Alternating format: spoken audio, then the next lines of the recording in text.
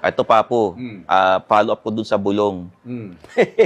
Magkano yung pinakamalaking inalok sa inyong pera ng isang politiko na hindi mo tinanggap? Wow. Ano, para papugiin siya? Wala lang, parang ano lang. Hindi, papugiin. Kasi eto, may kwento ko sa inyo. Bawal tumanggap eh. Ever since, hindi talaga tayo tumatanggap. Oo, bawal tumanggap eh. Kilala ko sa industriya, hindi talaga ako tumatanggap. Tsaka mayaman ka naman. Oo nga, mayaman ka na eh. Hindi mo kailangan. Even bago tayo nagkaroon ng magandang buhay. Lilinaw ko lang kami po ni Stanley ay tumatanggap. Sana alukin nyo naman kami. Oo.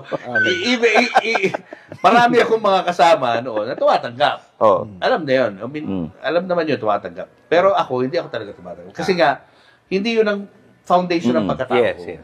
Even when I was just starting out as a production assistant, I was covering a trial. Oo. Dahil inassign ako ng boss ko doon. And then, may isang taga-PR yata yun, lumapit sa akin. Sir, ito po. Ano to? Sabi ko nun. Ano yan? Galing po sa boss ko na kinover niyo. So, syempre, as a newbie, sa pagbalita, ninervous ako, kinabahan ako. Tawag ako doon sa boss ko, si Ding Gahelonia. Sir Ding, anong gagawin ko? Binigyan ho ako ng perang ganito. Sabi ni Sir Ding sa akin, ibalik mo yan. So, hindi tama yan.